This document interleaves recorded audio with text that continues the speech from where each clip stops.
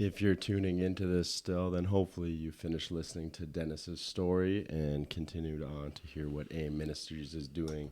We're sitting down now with Dennis's wife, Patti Otto, who's ready to share her story. So without further ado, here's Patti Otto. Hello. We all have a testimony. We all have a story. They are different but similar in many ways. Addiction has no bounds. It doesn't care what you look like, your status in life, your wealth, your sex, your color, how you were raised. Addictions are evil, and I believe that all stems from the enemy.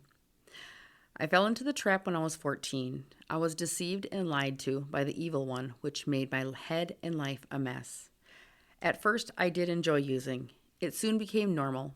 Then I felt I couldn't and did not want to live life without it.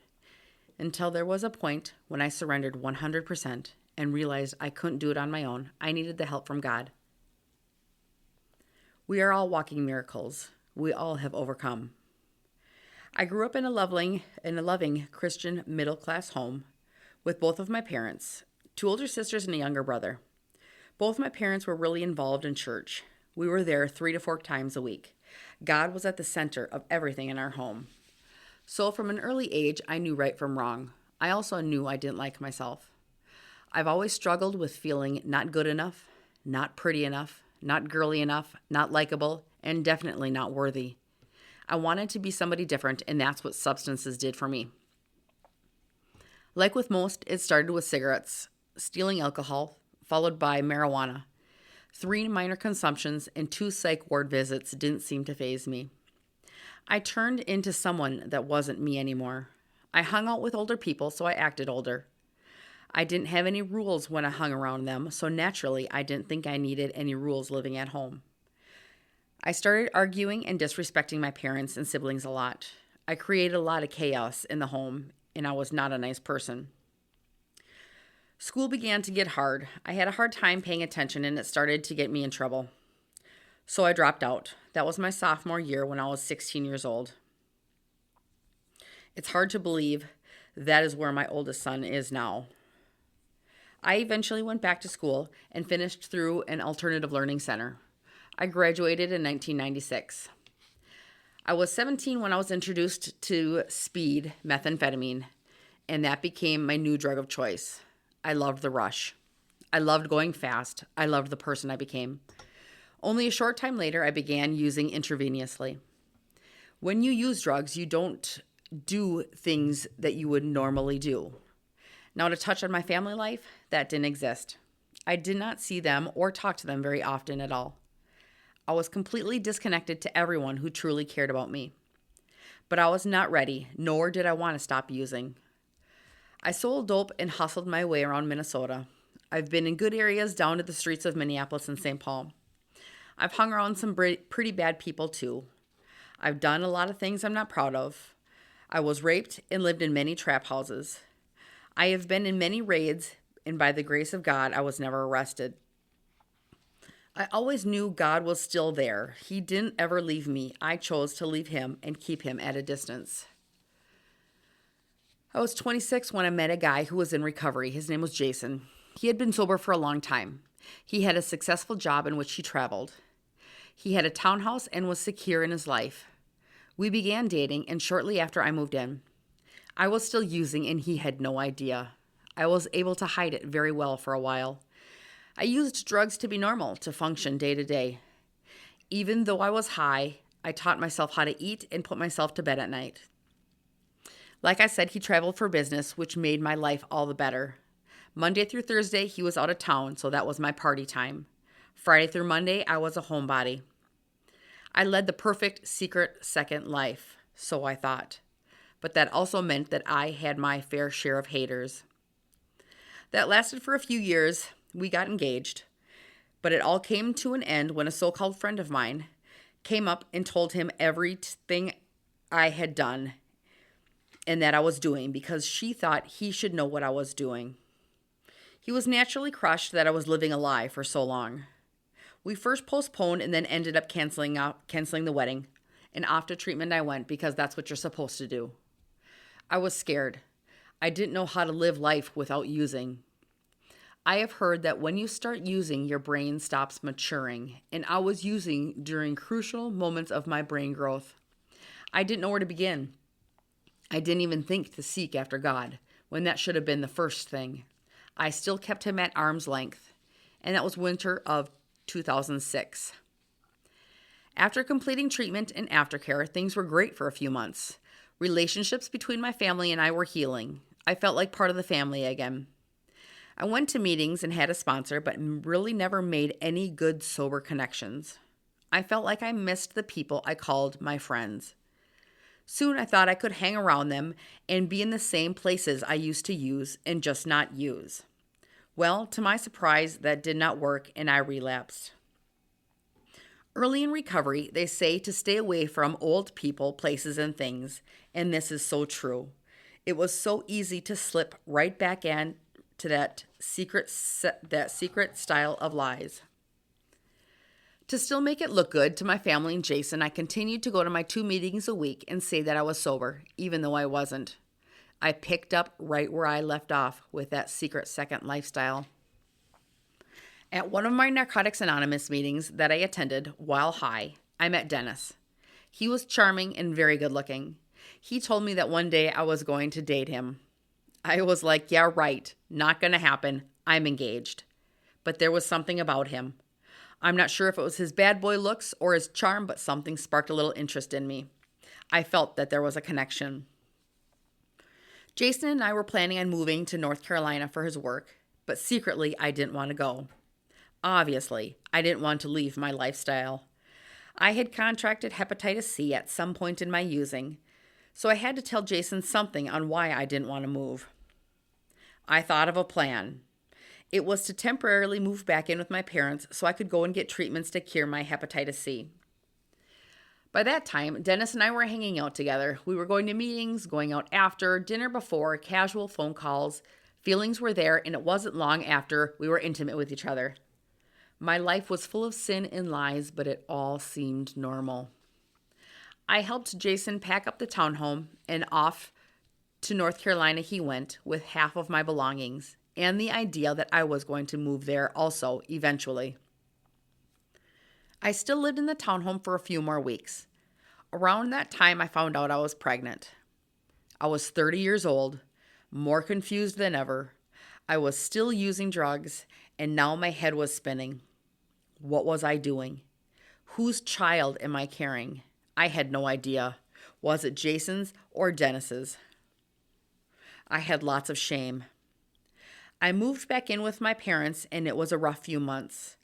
I started seeing Dennis more regularly, and he believed this without a doubt that the baby I was carrying was his. I told my parents the truth of the pregnancy and not knowing who the father was. My mom was shocked and surprised, and my dad was absolutely furious. He did not like Dennis one bit. Dennis was fresh out of prison, a little rough around the edges. He was 19 years older than me. What was there not to like? My dad did not want to get to know him. I eventually had to tell Jason too, and I did, and my choices and my actions hurt him a lot. I managed to quit using for a while here and there, but I still used throughout my pregnancy. The last time I used was the morning of November 24th, 2008. The next morning I started to bleed. I called my OB and they advised me to go to the hospital. Thankfully, my dad was home and able to take me. When I got to the hospital, I was losing a lot of blood. Between the nurse missing my veins and the fluids they were pumping into me and the Pitocin drugs they gave me to start labor, I started to lose my mind.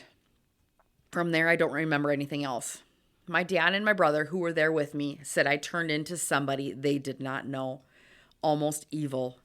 I was yelling and cussing at everyone, the doctors, the nurses, my family, saying things that did not make sense. That all quickly turned into an emergency C-section. Our son Kayden was born a month early. Both he and I tested positive for methamphetamine and were placed under a 72-hour hold. I am not proud of what I did, and it has taken me a very long time to talk about it and to forgive myself. Dennis came up to the hospital and took one look at Kayden and said, "This is my boy." Shortly after, social services, child protection were called, and they immediately took Kayden. With the amount of blood that I had lost, I had to have 3 blood transfusions and an overnight stay in the ICU. While in the ICU, a social worker came in to check on me and my mental health. In a daze, I talked with her and mentioned that I wanted to die for what I had done. Not that I was going to do anything about it, but she took it as I was suicidal and I was going to harm myself. She wrote up orders for me to go to the psych ward after my 72-hour hold.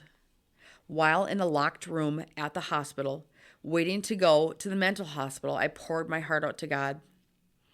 I told him my wrongs. I told him I was sorry for not letting him in. I asked for forgiveness. I wanted to be done with my old life. Over 15 years of using had worn me out. I also asked for help with the withdrawals and cravings that I knew I was about to have. I wanted to be done using. I wanted to be done lying. I wanted a new life, and he did just that. Isaiah 43:1 says, "Fear not, I have redeemed you. I have called you by name, you are mine." God heard my prayer, and I felt his presence with me like a peace like no other. My parents applied and were granted temporary foster care license so that they could take Kayden. But during the first few days of his life, he was with strangers, so I thought. I found out about 6 months later that Kayden was placed in a pastor's home. They were the emergency foster parents. So I knew without a doubt that my baby boy was being loved on and prayed over. Kayden is now 16. There are no ill effects from my use. He is bright, smart, he loves math and trying to figure out how things work. He is my big football player. I thank God every day for sparing his life, protecting him from what I chose to put into my body.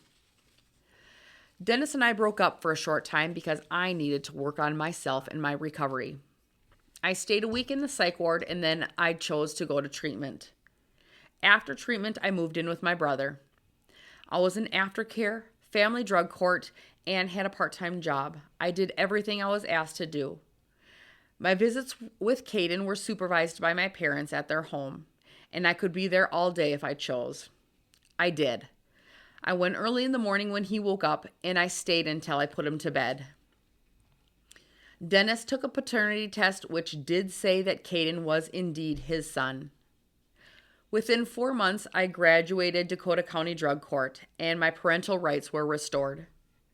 Then I was able to move back in with my parents. Once again, relationships were being healed and trust was being earned. Dennis had Kayden on the weekends, and sometimes I would work and others I would tag along. Soon I was there more than not, so we decided to move Kayden and I in. I started to attend River Valley Church. My sister Heather invited me to attend an Alpha class there, and it was there that I rededicated my life back to God. And I knew somehow I should talk to Dennis about God because he did not have a personal relationship with him. But I did know that he grew up Catholic and went to a Catholic school when he was young, so he had to have had some kind of belief. But I was unsure how he would react. So God used my brother-in-law, Matt, and Dennis was willing to listen. He was saved March 15th, 2010, and the trajectory of our family was changed forever. Dennis went through Alpha, and we joined River Valley Church and got involved. We both knew that we were living in sin by living together and not married, and we wanted to do what was right in God's eyes. So Dennis proposed, and I planned a wedding in 28 days. From then until we were married, we were just roommates, which was very hard. In August 2010, Dennis and I both got baptized and started living new lives. We got married on September 11th, 2010, and it was the best wedding I could have ever wanted. That January, I found out I was pregnant with our second child, another boy. On September 15th, 2011, our son Noah was born. He completed our family. That following year, we purchased a house in Apple Valley. Once we took the sin out of our lives, things started to go well. Life was good. On December 3rd, 2014, Kayden was at school, and Noah and I were running errands after Mom's group. We stopped for lunch at Taco Bell and saw a lot of emergency vehicles driving by with their lights on. And if you have or had little boys, you know that they are into all of those kind of trucks. Little did I know all of those emergency vehicles were going to my house. I got a phone call from an EMT telling me to come home and that they needed to take Dennis to the hospital. I got home in record time and was filled in on what happened. Dennis told the EMTs that he didn't think that he needed to go to the hospital, but after a brief discussion with me, he decided to go. I arranged care for the boys and I sped to the hospital. I probably shouldn't have been driving. We started at Fairview Ridges and ended up at the University of Minnesota.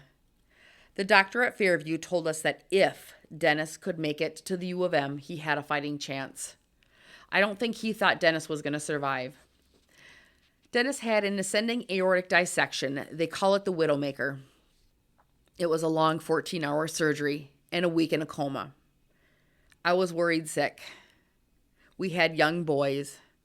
I didn't know what to do, so I sat and I held his hand and stared at him in silence.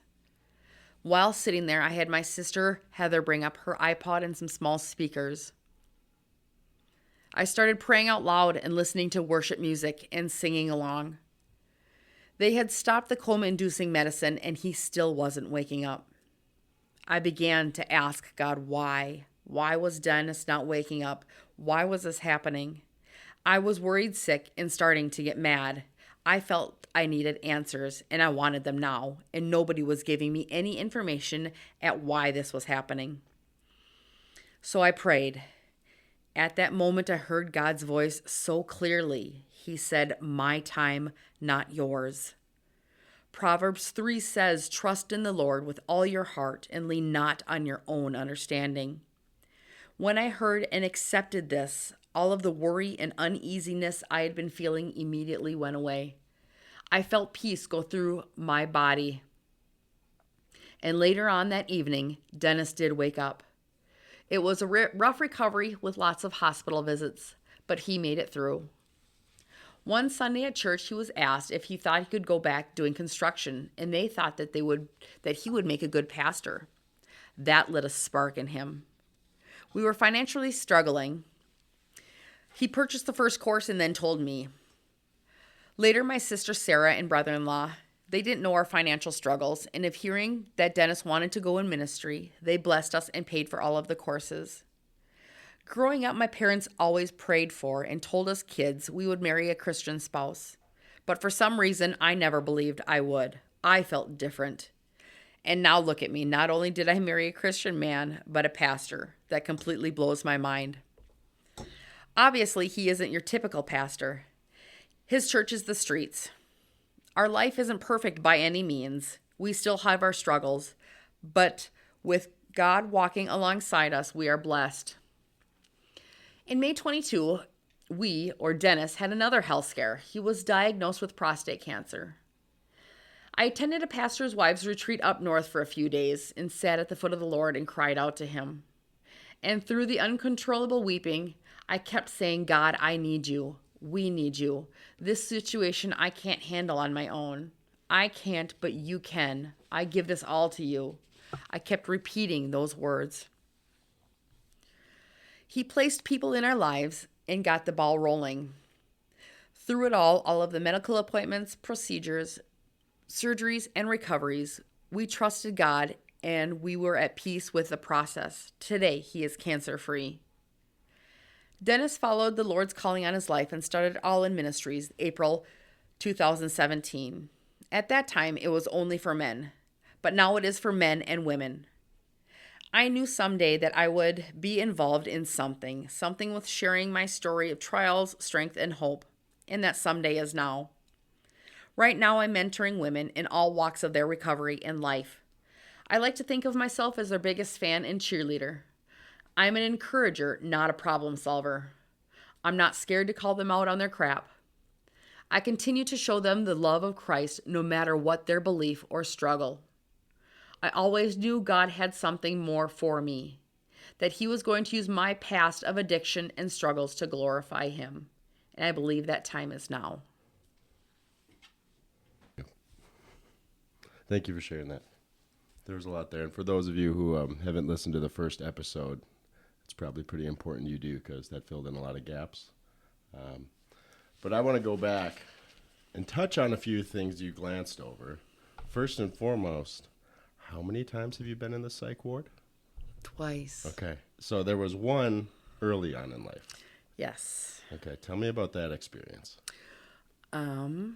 I, as a young, just going through maturity, and I used to journal, and just to get all my frustrations out of everything. And I just was journaling one day that, I had a lot of issues and problems with my parents and my siblings, and we butted heads a lot. And I just thought, well, maybe if I wasn't part of this family, things would go well. Things would be better for them. And I had written that just maybe, just not necessarily suicide, but maybe life would be better without me in it. I'd written that in a journal, and I left my journal on my bed.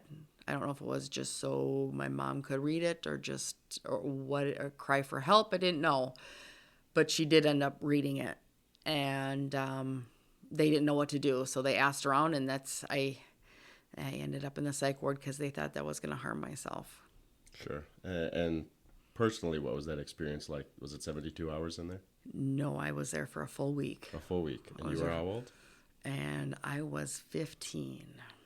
Okay. And what was that like? Scary. Sure. Scary.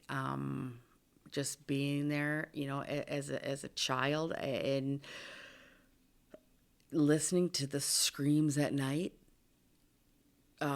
It was scary because I didn't know who I was. I didn't know, I knew where I was and I knew how I got there, but it was scary because I didn't feel like I belonged there. Yeah, it's interesting. And your parents and everyone around had nothing but the best intentions. Yes. Right? And that's kind of the programming we all have. Let's ask everyone what's the best solution. Yeah. But unfortunately, I haven't seen that system work too well. Yeah. Right? To throw the kid in the psych ward for a week. There's benefits to the respite and the break, but I can't imagine you came out feeling reformed. No. Was there a lot of resentments when you came out towards your family? Yes. Yeah. I mean, we had similar struggles at points with my own son, and I remember that was my biggest fear. Yeah. Ultimately was we will do more damage.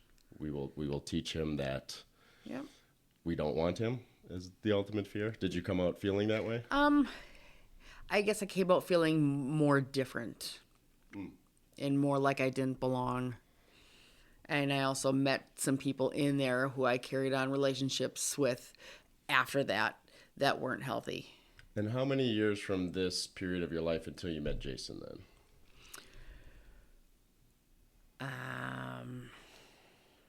A long time. Sure. So the psych A long ward, time. yeah. Many different boyfriends, many different, houses to hop to. Did the psych ward come before the drugs, or were you already using? You were using it. I was using marijuana and alcohol at the time. Do you feel like that spiraled the use after? Yeah, because then the people I met in there, like I said, carried on to relationships after that, and those weren't healthy relationships just because we just continued to use drugs.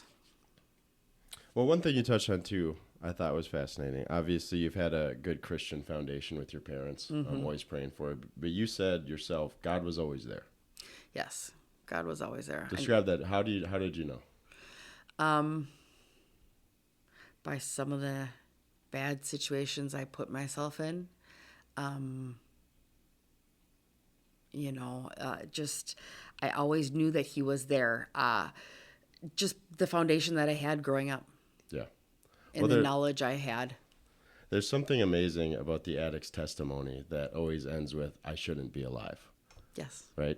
Over and over and over and over again. Oh, and yes. And we only hear about 25% of the I shouldn't be alive stories usually. Yeah. The darker ones never come to the surface. Yeah. But Right? we also don't want to glorify the stories. Never. In what we did. But yeah, there's so many situations just in my using that,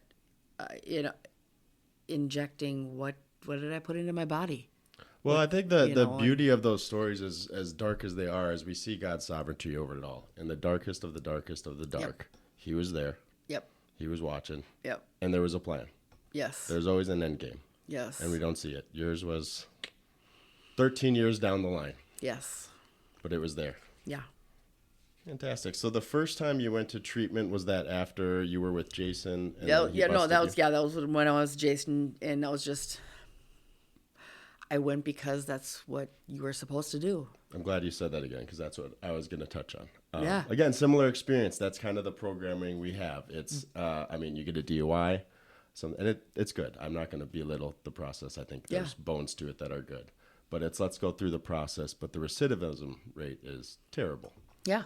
Because I'm doing this to check the boxes. Yep. I'm doing this to please whoever, But then sometimes a lot of people do get, their eyes opened in treatment when they, are going for the wrong reasons.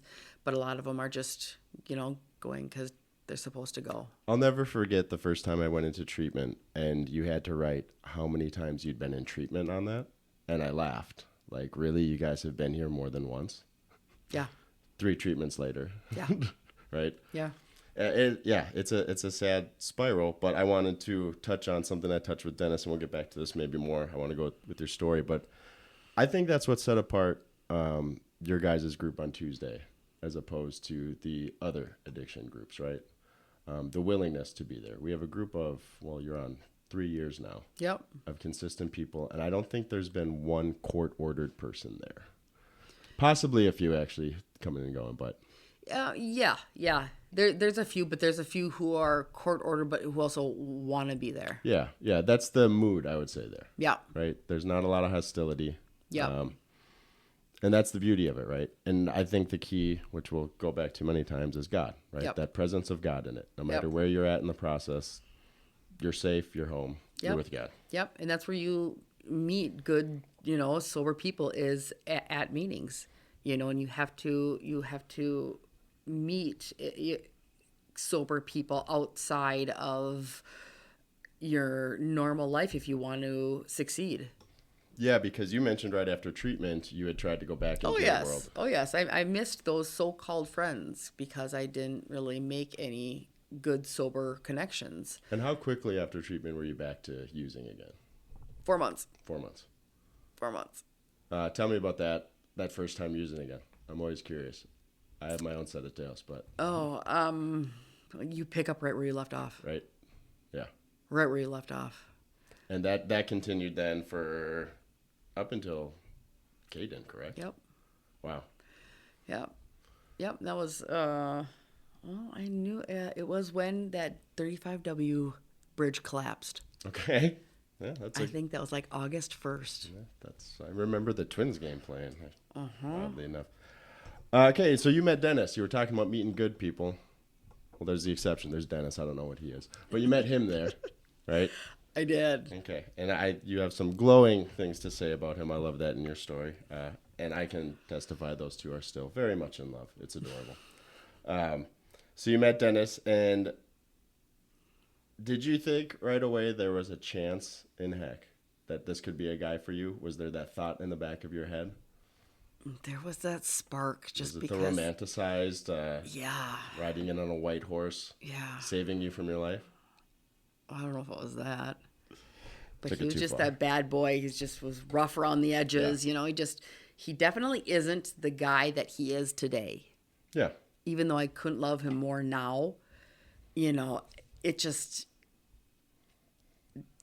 completely two different people. Sure.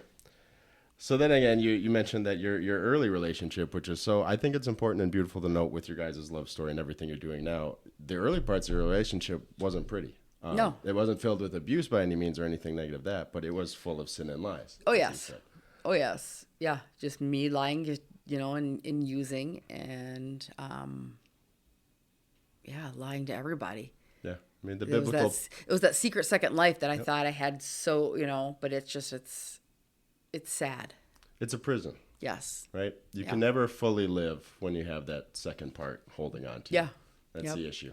Yeah. No matter how good it seems. Yeah. And I imagine surface things were quite well with you and Dennis. Or quite tolerable as any relationship. Yep. But even when when I had Kayden and he had found out that I was using, he had to put up boundaries. Yeah. Between us, or for me, I guess. And he took a step back and he's like, you need to work on yourself before you can be, in my life, because you've got to work on yourself to make yourself whole before you can give yourself to somebody else. And what an incredibly hard thing I'm sure that was for Mr. Control. And I want to fix this and I can do everything. Yeah. It was to have to take his hand off the one thing I'm sure he cared about more than anything. Yeah. For your sake. Again, that's a testimony to why I love the ministry. It is an addiction first. I think a great catchphrase we've heard is you got to be selfish in your recovery. You do. Right? Yeah. And even if that means selfishly taking the pain. Yeah. Right? As he had to in that situation. Yep. So what was that time like, though? I never knew much about because you were broken up. Mm-hmm. You guys weren't together during that time. There was no dating. There was no, we talked. Yeah. Like even when I went through treatment, we talked, and he came to visit me a couple times in treatment. Other than my parents, he wanted the best for me, and he wanted to, show his support the best he could. So he visited me. Like I said, my parents had Kayden, so they would come up and visit me at the treatment center, as often as they could. And sometimes Dennis would come also, just I think so he could see me and he could see Kayden. And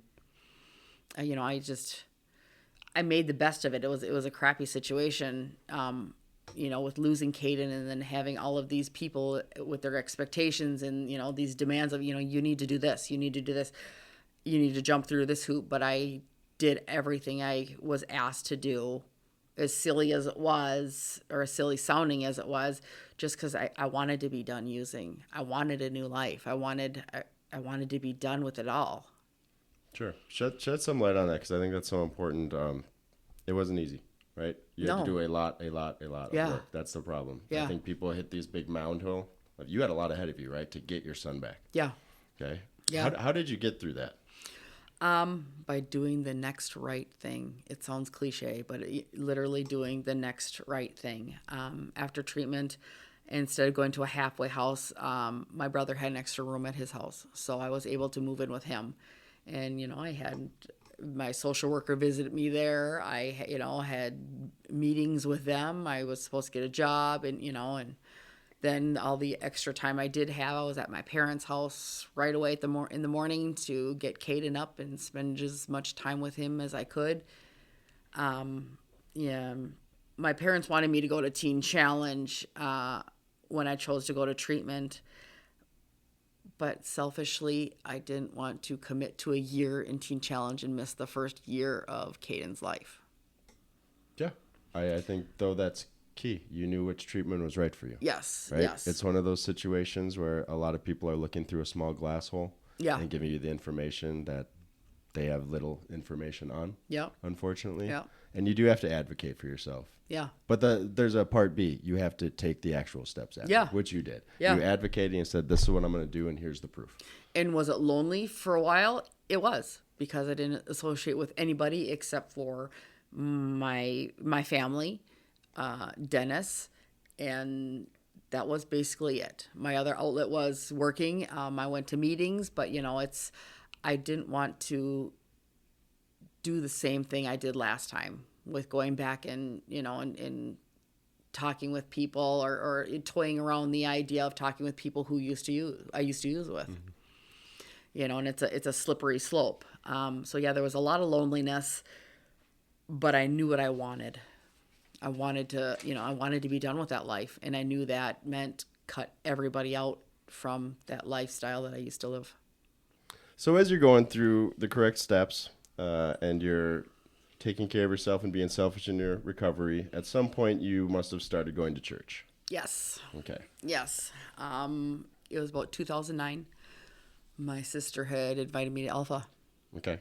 And so your sister had you been going to River Valley before that at all? Not at all. No. I was at Celebration Church here and there with my parents. Every once in a while I'd go. Did you have any church connection really growing up other than showing up? I mean, as far as were there, did you do like Sunday school is what we called it? Oh, Church groups, those. yeah, growing up. Okay, Yep. when you were Yep. younger. So you had Yep. some Oh you yeah. had knowledge of it. Oh yeah. I had a good foundation. Oh yeah. Okay. Just growing up, went to Jesus People Church and great foundation there. And then from there, we were at Cedar Ridge in Egan. Throughout my youth, we were there. So I was, yeah. We still went to church a lot and went to youth group but I still just never felt like I fit. What about Alpha was different? I think it was a different mindset. I was just more grown. I was an adult. I was just more mature. And just to go back to the foundation of who God is, what he does, how he cares, and just relearning all of the things about him. What was Dennis's initial reaction to you going back to church? Whatever floats your boat. Sure. So You know. there was no hostility towards it. No, Sure. no. He's just like, if that's what you want to spend your time on, if that's what if that's what you want to do, go for it. Did he join you at all? No. Christmas, Easter? Oh yes, He did. actually he did. Good. He did. So I was in treatment when he first came to church. He came to pick me up in treatment for Christmas service, and so then he went back to joined my family at Celebration Church for the Christmas service in 2008, and which surprised me but any function that Kayden was at, he wanted to be there. Good. Well, it doesn't shock me. He's always been a very family-oriented man. Yes. No matter what he was. Yeah. doing. Yeah. Well, the interesting thing then is I always love to hear that you were the one who kind of planted that seed in him by taking the first steps in going into church, whether you knew it or not. And eventually you said your brother, and it's a pretty big part of the story, so Yeah. I'm not going to Yeah, get my too much brother-in-law. into Yep. it. Your brother-in-law, Matt, was the one who ultimately asked him the question, was it, where are you at with God? Yeah. Yeah. Where are you at Where are spiritually? you at spiritually, right? The question that rocked the band, changed everything. 20 Yeah. years later, we're sitting here. That was your brother. Yep. That was my brother-in-law. Yep. So tell me about that next day, right? Because it was a pretty powerful night for Dennis. Yes. Yes. And I can't. I think I was at my mom and dad's house with Kayden when that all happened, and it just, I was floored when he called me and told me all about it. I was floored. I was happy, I was just like, is this for real? Because once again, I went back to, growing up, my parents always prayed for us kids and just that we, and they always just knew that we would all marry a Christian spouse, and just me knowing how Dennis was and the kind of guy that he was, that it just blew my mind that just the transformation, but the transformation was huge. It was like a light switch, like his old life was dead and he was living this new life, and he glowed, and it was the coolest thing ever to witness, and also to be on this side of seeing him the way he was in the transformation through God and knowing Christ's love to the man that he became and he is today. Prior to that, I know you guys broke up through your recovery process. Did you ever talk with him about like a life together? Was there a future? Was there a, hey, when you get clean, we'll get married someday? There was never talk about marriage. Okay. There was, he's like, maybe, after you show some, or you have some time under your belt, because also, obviously I had hurt him too, just by using when I was pregnant, and using without his knowledge. So there was talk about getting back together, but that was all on his terms. I had to show him some things and stay sober and make the right choices. But there was never talk about marriage. There was talk about being together. But How about after he had that transformation? after he had that transformation, we wanted to dedicate Kayden, to dedicate Kayden to God, and a pastor from River Valley he knew of Dennis's story, he knew of Dennis's transformation, but we were also not married, so he asked if we could meet him for coffee. So we met him for coffee. Pastor Anthony Richards, he is no longer with us, but he had sat us down and said, that both of you can't come on stage when we dedicate Kayden. It has to be one or the other one of us, because we are not married. And he laid it out there that we were living in sin, and that we were both hypocrites for thinking that this was okay, and that if River Valley would let us up there, they basically would be saying they're okay that we're sitting now and that we're gonna get out of it eventually. When we can afford to get married, we will. They stood on what they believed in, and so therefore only one of us could come on stage for Kayden's dedication. And he said, I know Dennis, as the father, you want to be there. So what's stopping you two from getting married? And we're just like, well, I guess nothing. So my parents were watching Kayden, so we went back to my parents' house and talked, and he's just like, well, so let's get married then. And I was just like, okay. And it was me. I planned a wedding. We were married 28 days. That's incredible. And it was the best wedding ever. There was 100 people there, family, friends. And, I had already had a dress because I was previously engaged. And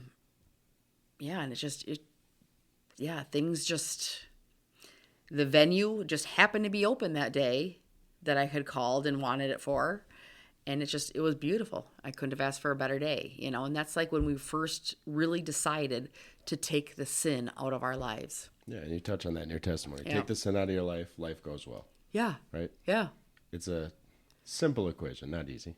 No, it's not easy. Simple. Not easy because, and then from that time that we made that decision until the time we were married, I was living with Dennis, but we talked about it, and we were living just as roommates. Sure, we slept in the same bed, but that we were living as roommates. I'm sorry, that was hard. Yeah. Absolutely. Especially from, going from a life that you were living to, but we wanted to honor God in that situation. And just by doing some of the hard things, we also were blessed. Yeah, absolutely. And I think you do find some rejuvenation in saving it again. Yeah. There's something amazing about that. Yeah. That there's always a chance for God to redeem to an extent. It's beautiful. And I'm so glad you shared that story because I'd heard it a couple times. It was fun to hear your perspective. But there's a few things I just love about that. And I just want to start with an amazing shout out to the pastor who had the balls to sit down and grab Dennis. Because this is 15 years ago, Dennis. I'm scared of him now, right? 15 years ago, Dennis. Yeah. A little more scared. Yeah. And he sat him down like a man. That's good. He did. A man of God. Accountability. And said, I'm sorry, this is the way it is. There was no room to budge. Yep. Dennis wasn't going to talk his way out of it. And Dennis could have gotten mad. Dennis could have gotten mad and said, screw you. We'll find another church that'll let us both go up there, and do it, and not be married. But he didn't. No, I love your guys' reaction then to that was, you're right. Why not? Let's do this. There's nothing stopping us. Yeah. I mean, we can do that with every aspect of our lives. Yep. You can plan a wedding in 28 days. I think you could do a lot of things in 30, right? Yeah. Yeah. But the beauty, too, is you look at all the pieces that were lined up before. Yes. You see that all the time in the Bible. Something pops up later, right? Yeah. Oh, that tragedy happened here, so that, what is the famous Joseph line? What you meant for evil, I meant for good. Yep. A lot of that. And I feel like that's kind of the testimony of your story, both of your story. And I do want to keep going because I have a lot to ask about, but I want to drag this on too much. There's a big part of there, and actually, this was right when I first started meeting you, early in 2022, and within a few months of that, you guys had just started your recovery group on Tuesday nights. I think I was at the first or second meeting when you did that, but within a couple months, Dennis was already diagnosed with prostate cancer. Yes. Right? That Yep. was another big, and you had already gone through the heart attack. Yeah. Right? Yeah, the heart stuff, and yeah. Was the tree stand fall before or No, after? the tree stand fall. That's was still after. to come. Okay, well, we'll glance over that one. Okay, so you did prostate cancer. Yes. We forget that that's part of the story, Yes, and that was it was just when he was diagnosed with that, it just threw me for a loop because and so it just he got diagnosed with that, and usually, or from what I have seen, a lot of people, yeah, you get diagnosed with it. Okay, well, we will see you in a month. You know what I mean? It's just the timing for the appointments are ridiculous. And sometimes, though, when these appointments come about to get it removed, with some people that I know of, it's already too late and the cancer breached the prostate. You know, and so it's just like, okay, so let's get me in now. You know what I mean? But all these doctors are booked out, so they can't get you in now. So you have to wait till your appointment. Things happened so quickly with that. It was only God who could have orchestrated those appointments. My retreat was in May. The beginning of June, it was mid-May. The beginning of June, we went on vacation for a week. We literally got back, and Dennis got a phone call that next day saying an appointment came, an appointment, surgery appointment is available. Do you want it? He had less than 24 hours before that or after that phone call to his appointment. So he didn't have much time to think about it. But had he waited any longer, the cancer would have already breached into his body. So then it would have been, more radiation and who knows all what, so we caught it just in the nick of time, which is only God, only God could have, opened up those appointments. Only God could have placed those doctors in our lives. And, it was hard because I couldn't imagine losing him possibly again. Well, doesn't look like God's taking him anytime soon. No. He's been through enough. Since then, I think there's been a couple shoulder surgeries. And then he fell 30 feet, or how many? I don't remember. Enough to break out of a his tree back. stand. And, yeah, so many things could have gone wrong there. So. Just more testament to God's sovereignty. I remembered what I wanted to go back to earlier. When Dennis first came to you and said, "Hey, I'm going to be a pastor," it is a part in the story where I think he lovingly says there was some brushback. Yeah. What was your first thought? My first thought was, I knew he would be good at it because it was just the kind of people that were approaching him through River Valley, people saying, "Hey, my son has issues with addictions," or I have a son in prison, or can you talk to my brother? Can you talk to my husband? All of these people were coming up to him. And so it's like, I knew that God had something for him in the areas of his life of the person that he used to be, whether it was incarceration or just his addiction. And so when the word pastor came out, I'm just like, it felt right. But we didn't know where he would be a pastor or where that would take him.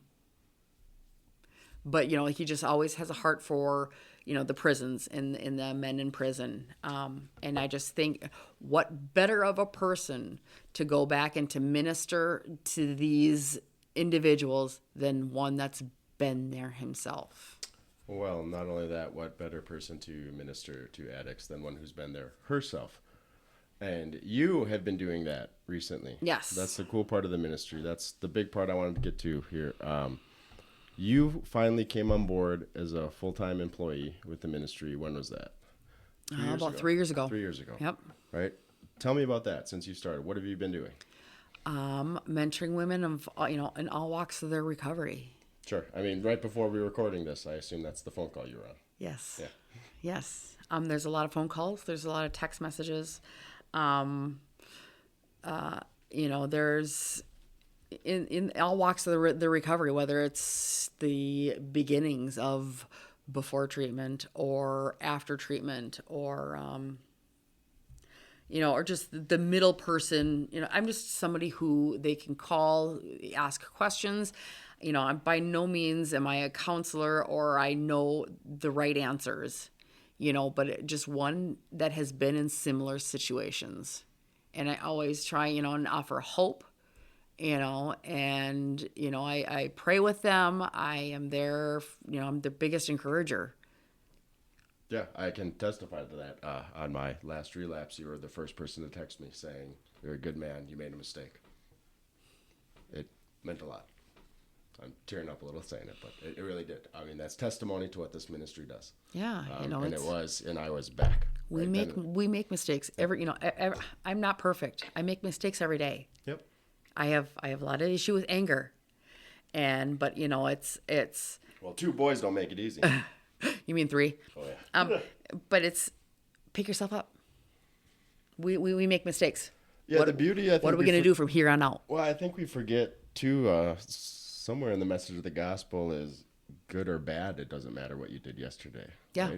Right? Your best acts and your worst acts mean nothing compared to the cross. Yep. Right. Yep. So it's all about that. Let's cling to the cross. Come back to, and that's a daily gospel, right? Yeah. You are forgiven. Now walk in it. Yeah. Yeah. And I think that's the big message that AIM Ministries really drives home. I mean, as sad as it is, I'm overjoyed by seeing how many people come back. Yes. When someone goes off, they come back. Yep. That is a testimony. They make it back. They come back, and they have cheerleaders, and they have people searching. I've been a part of those parties when we're looking for people, and the message is nothing other than please come back. Yep. Please come back. The door's open. And we welcome them back with open arms. Every single time. It's just, it's the fact that they made it back. There's a lot of people that don't make it back. Yeah, it's a miracle, right? And that making it back is what proves to everyone else it's worth it that we still stand there. Yep. And there are people that care. Great. Well, I'm so glad we finally got to record your message so everyone can hear your message. I'm probably going to have you on here plenty to keep talking.